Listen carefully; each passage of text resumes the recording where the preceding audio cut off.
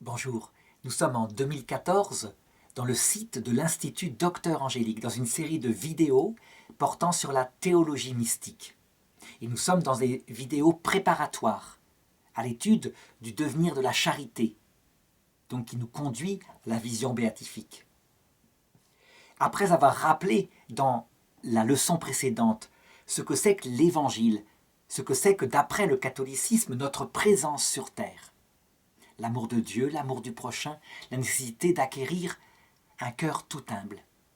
Eh bien, à cette lumière-là, je voudrais manifester à quel point il est essentiel pour une théologie mystique très précise, très souple en même temps, de se connaître soi-même, à la lumière, évidemment, de ce qui a été dit précédemment.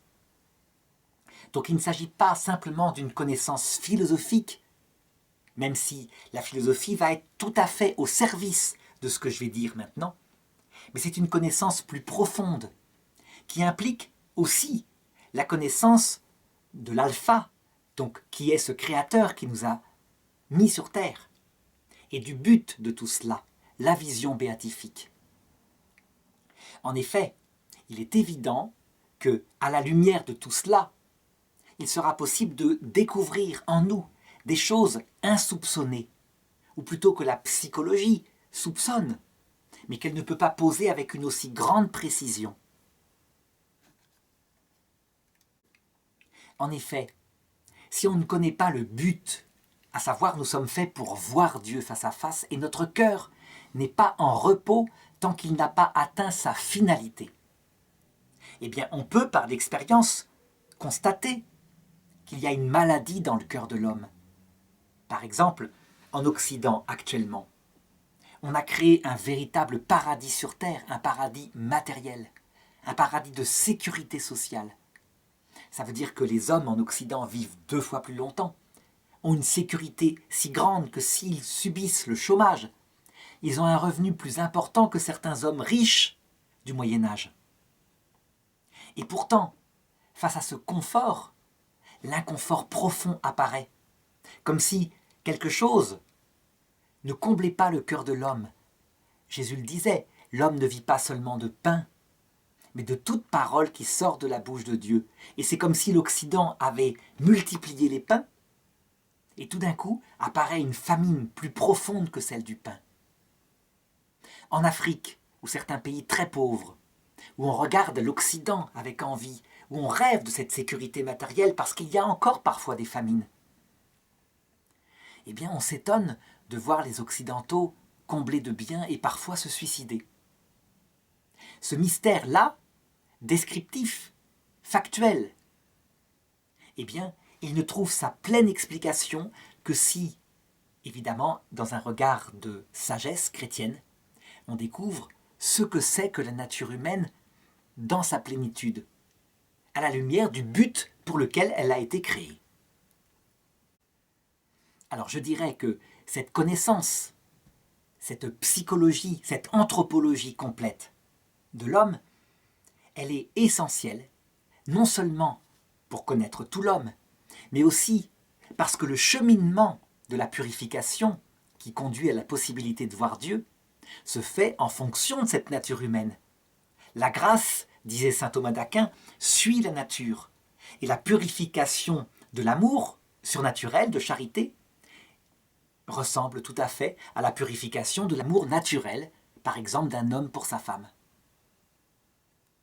En conséquence, plus on connaîtra en plénitude la nature de l'homme, plus la théologie mystique pourra être précise et souple, comme je le disais, et plus un père spirituel pourra aider quelqu'un qu'il dirige, pour connaître toutes ses dimensions et ne pas se tromper face à une épreuve qu'il subirait.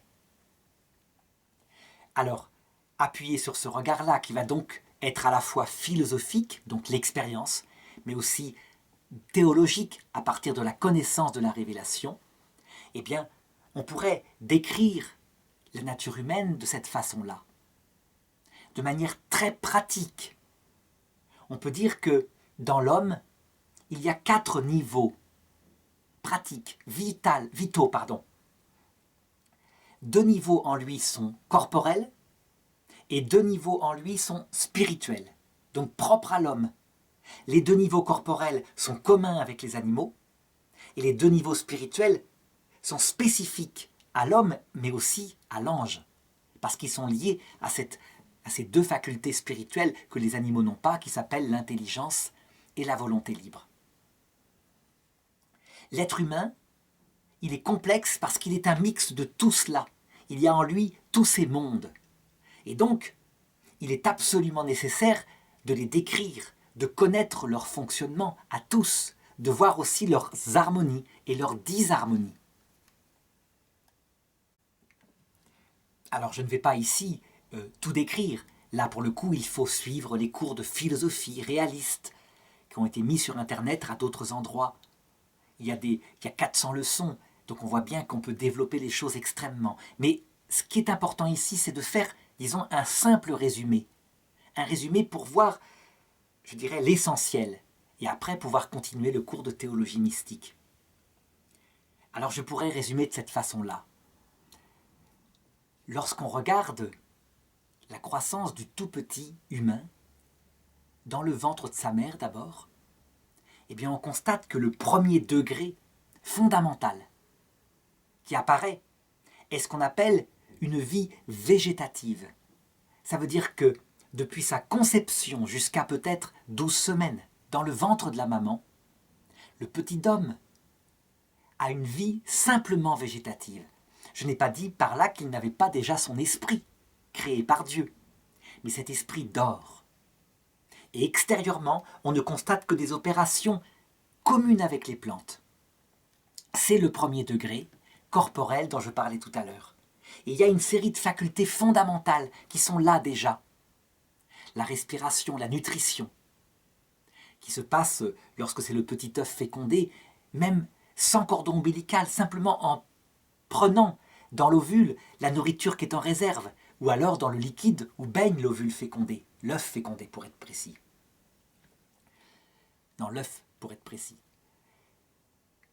Cet instinct de nutrition, il demeurera toute notre vie. Il est inconscient. Il est donc commun avec les plantes. S'il est inconscient, on ne doit jamais oublier qu'il existe en nous.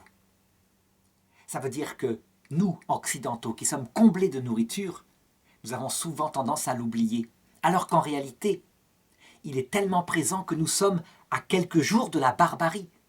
Il suffirait qu'une famine soit annoncée, ou qu'elle soit réelle. Et tout d'un coup, nous nous transformerions pour notre survie végétative dans les plus grands chasseurs de nourriture et de réserves du monde. Et nos grands-mères qui ont connu la Seconde Guerre mondiale s'en souvenaient, puisqu'elles avaient connu parfois la Première Guerre mondiale aussi. Et donc elles avaient fait des réserves au cas où, parce qu'elles savaient ce que c'était qu'avoir faim. Donc, vie végétative avec la nutrition, la respiration, qui est habituelle. Là, on s'en souvient même pas, mais on pourrait être tué par simplement 5 minutes sans respirer. Mais ce n'est pas tout. Il y a dans nos cellules à la base, dès le départ, une division cellulaire qui aboutit à une croissance. Eh bien, si ce n'est pas la faculté de reproduction, malgré tout, ça indique fondamentalement que ces cellules se dédoublent. C'est comme si, dès le départ, on voyait inscrit inconsciemment dans notre corps la capacité de donner la vie, de se reproduire, qui se réalisera en acte bien plus tard, évidemment, dans la croissance. Eh bien, ces 2 instincts, la survie individuelle, la reproduction, sont effectivement fondamentaux. De même, pour l'instinct de reproduction, il ne faudra jamais le négliger. Si par exemple, dans une vie mystique, tout d'un coup, l'idée d'une vocation sacerdotale apparaît, ou monastique, jamais on ne fera disparaître la réalité de cet instinct de reproduction. Et je dirais que les épreuves connaissent les religieux, c'est en fonction de leur instinct présent, pour les hommes différemment des femmes, donc des choses tout à fait naturelles. Lorsque le petit homme que nous étions grandissait dans le ventre de sa maman, à un moment donné, peut-être vers 12 semaines, apparaissait un tout petit cerveau avec quelques neurones et déjà ses activités spécifiques. si on avait comparé le petit être que nous étions à l'époque avec un embryon animal, proche comme le singe, nous n'aurions pas vu de différence. Et pourtant, peut-être, l'âme spirituelle, même certainement, dit la foi catholique, l'âme spirituelle était là, ce qui n'est pas le cas pour un singe. Seulement, il se développait le deuxième niveau de vie corporelle en nous, qui est commun avec les animaux, à savoir la vie sensible, la vie sensitive. Donc au début, quelques sens très peu développés, le toucher. Puis, avec le développement, au fur et à mesure, l'audition apparaissait. Et avec l'audition, des bruits désagréables, comme celui d'une moto qui passe dans une rue, et la capacité de se répulser, de le fuir. Donc, l'apparition de sentiments très primitifs chez le petit homme que nous étions. Eh bien, ce deuxième degré avait comme caractéristique d'être conscient, mais nous ne nous en souvenons plus. Mais il y avait de la conscience. Le bruit, on l'entendait bien. Et parfois le bruit agréable de notre maman qui chantait. Et en même temps, d'être, je dirais, plus profonde que simplement corporelle. Il y a quelque chose que nos ordinateurs les plus puissants actuels, en 2014, je fais cette vidéo, est incapable d'atteindre. Nos portables, quand on touche l'écran, ils bougent, ils réagissent. On pourrait se dire, mais ils ont des sensations puisqu'ils voient le doigt qui les touche. En réalité, ils sont absolument inconscients. Ils ont moins de puissance qualitative qu'un simple lombric qui, lui, quand on le pique, ressent et essaye de fuir la piqûre. Un petit ver de terre, je dirais. Donc on le voit, ce deuxième degré est absolument magnifique, mais il est commun avec les animaux. Et il s'est développé, Et lorsque nous sommes nés, il n'existait que lui. Notre vie spirituelle dormait. Oh, notre maman a peut-être prié pour nous, a peut-être demandé pour nous le baptême de l'Esprit Saint, pour qu'il vienne dans notre âme, parce que notre âme était réellement là. Mais nous n'étions pas conscients. Par contre, ce qu'on pouvait constater à l'extérieur, c'est la présence de cette vie sensible, très petite à notre naissance, mais qui s'est développée sur 1 an, presque 2 ans après la naissance,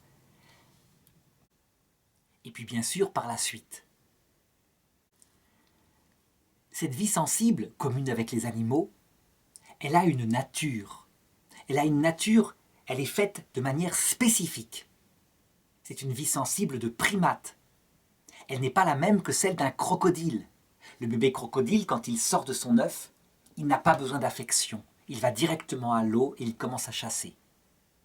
Le petit homme, comme le petit singe anthropoïde, a besoin, dès sa naissance, de 2 amours complémentaires qui peuvent être donnés peut-être par sa maman toute seule, mais 2 amours complémentaires.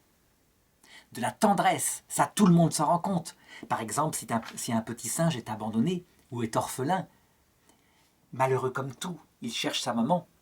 On ne peut le sauver psychiquement qu'en le prenant dans ses bras, et on le confie souvent à une mama africaine qui va l'élever comme son bébé, lui donner plein de tendresse, il en a besoin. S'il ne l'a pas, il va déprimer.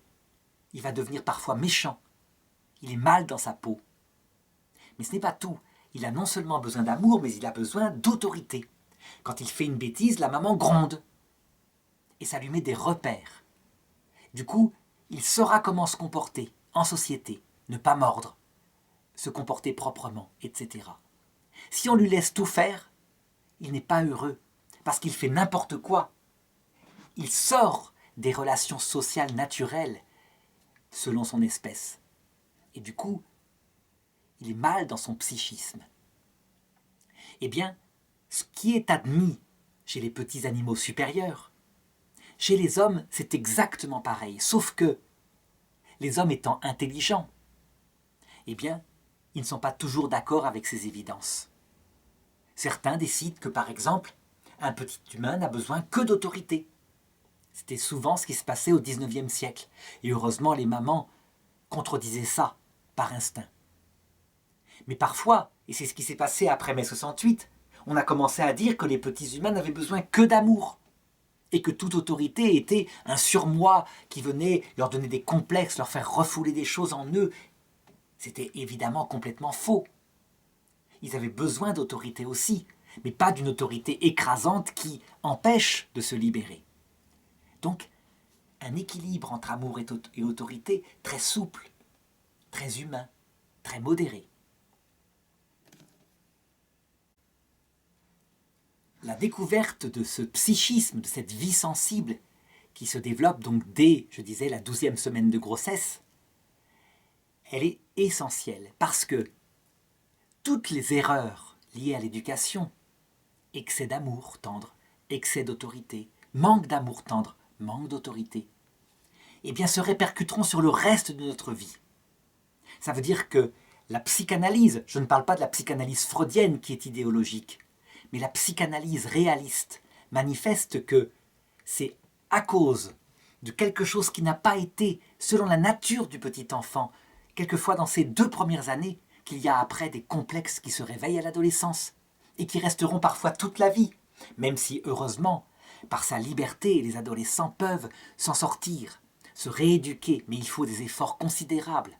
Alors que quand les choses ont été mises selon leur nature tout petit, c'est beaucoup plus facile d'affronter l'adolescence et ses propres complexes. Eh bien, tout ce que je décris là sur ces 2 premiers de vie dans l'être humain, qui ne sont pas encore liés à la vie spirituelle, c'est un conditionnement qui fait partie de notre être et qu'il est essentiel de bien connaître pour faire une théologie mystique juste.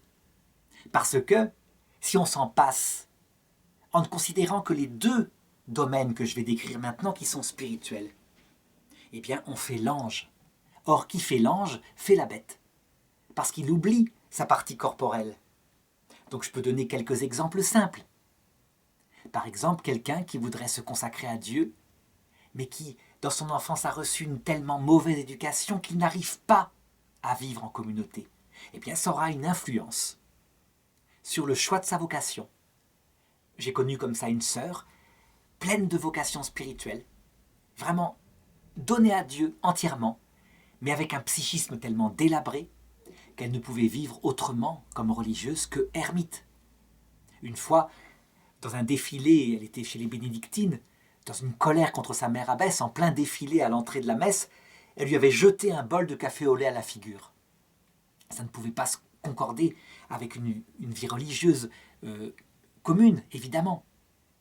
Mais si on avait jugé que de l'extérieur en disant « elle est insupportable, elle n'a pas de vocation, elle est trop égoïste », eh bien, on l'aurait retiré de ce à quoi l'appelait le Seigneur. Si par contre, par la connaissance de la nature humaine, on constate qu'il y a un déséquilibre psychique profond et une vraie vocation spirituelle, qu'il faut juste trouver la voie, le chemin qui sera le plus adapté à elle, alors le discernement mystique sera beaucoup plus facile.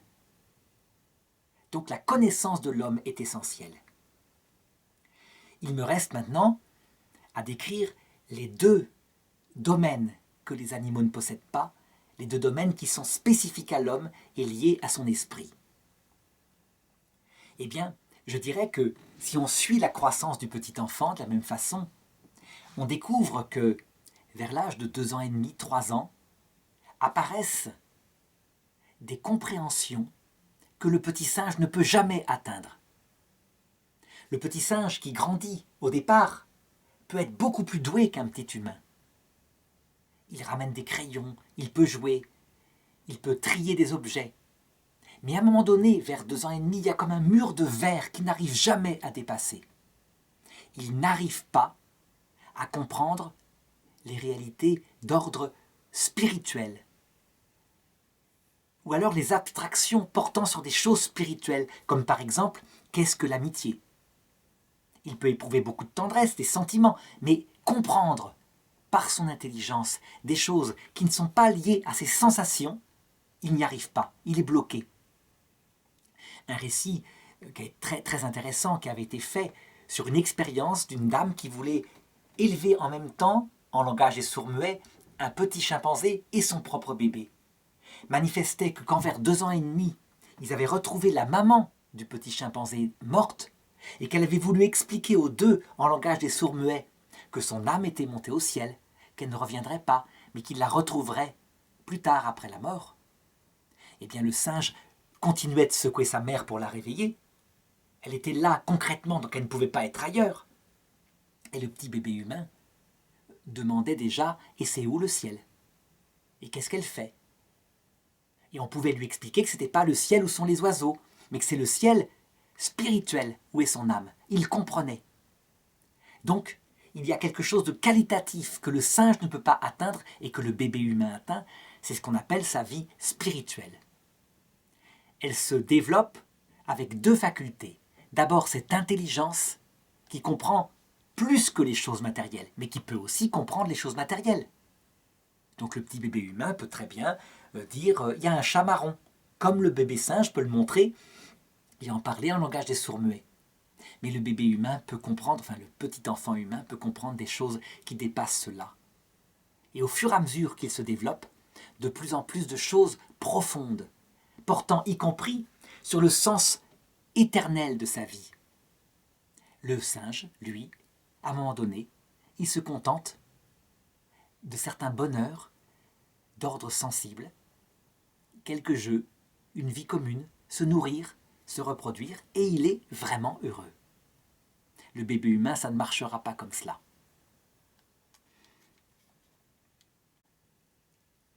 Cette intelligence propre à l'homme, elle développe cette capacité aussi liée à la volonté.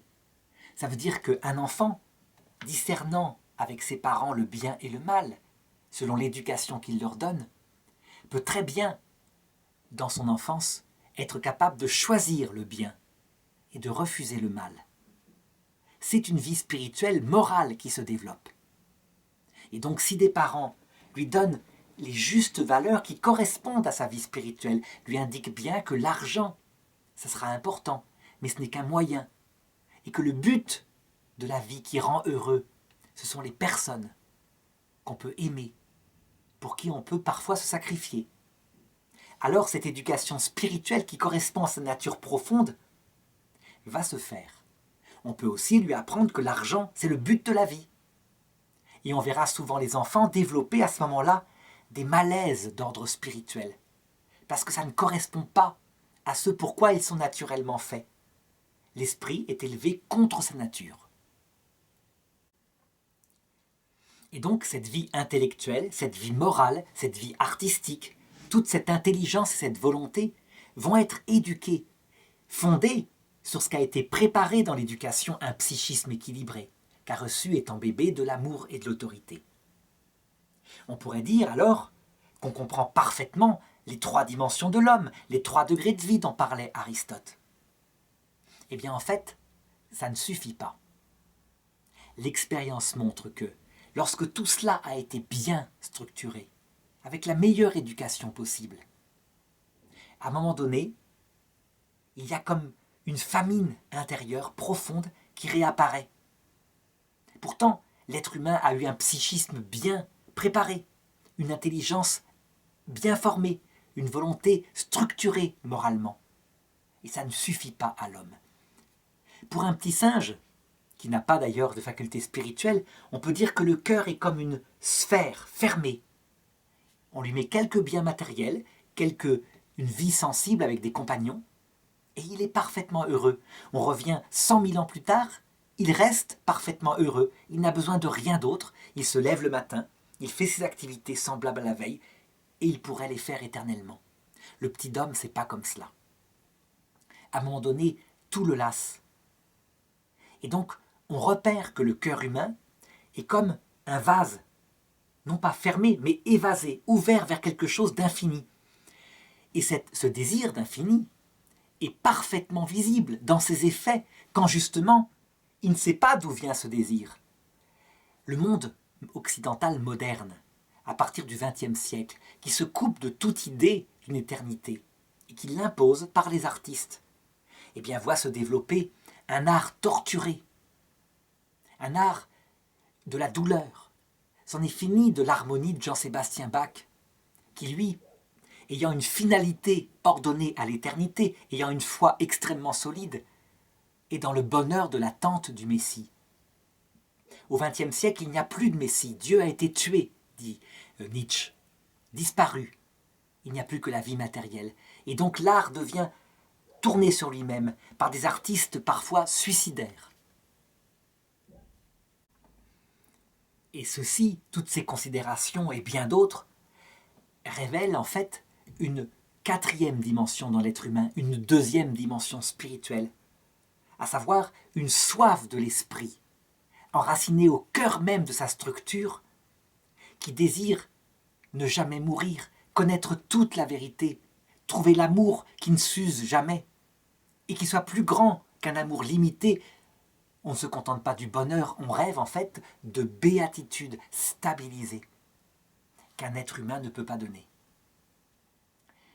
Cette dimension-là, saint Augustin est le premier à l'avoir manifestée, en disant, dans ses confessions, « Mon cœur était sans repos, tant qu'il ne se reposait pas en toi, mon Dieu. » Donc il regarde son passé avant sa conversion, et il constate ce malheur, ce vide dans son âme, qui est comblé tout d'un coup par le fait qu'il connaît Dieu et sa Trinité. Et c'est pourquoi, je disais dans la leçon précédente, c'est en connaissant l'oméga, le but, ce pourquoi l'homme a été créé, qu'on comprend cette dimension.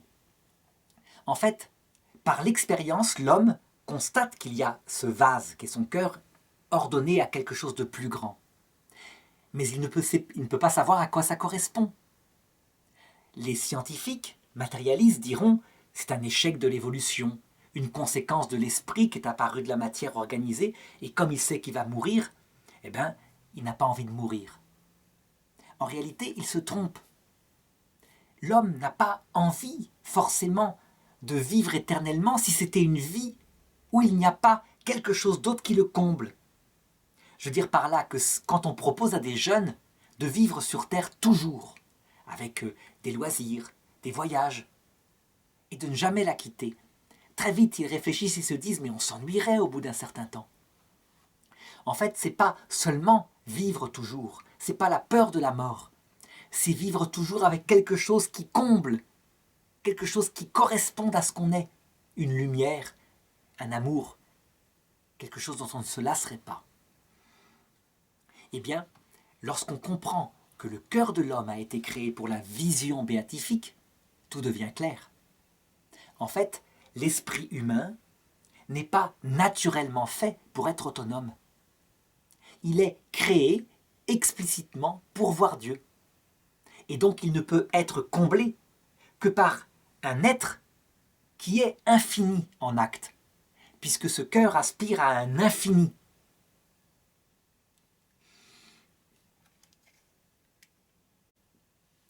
Et lorsqu'on regarde les aspirations du cœur de l'homme à la lumière d'un philosophe comme Feuerbach, Feuerbach qui a écrit un livre appelé L'essence du christianisme, où il essaye de démontrer que le christianisme est simplement la projection de notre inconscient spirituel dans un Dieu imaginaire. Mais quand on regarde ces analyses extrêmement précises où il décrit les désirs du cœur de l'homme, on s'aperçoit qu'en fait, s'il dit que le christianisme est la plus grande des religions, c'est parce qu'il décrit ce à quoi aspire le cœur de l'homme. Un amour qui ne s'arrête jamais, une lumière infinie qui comble toute l'intelligence, une puissance totale qui permet d'agir avec Dieu, d'avoir tous ses pouvoirs entre ses mains parce qu'on l'aime et il nous aime.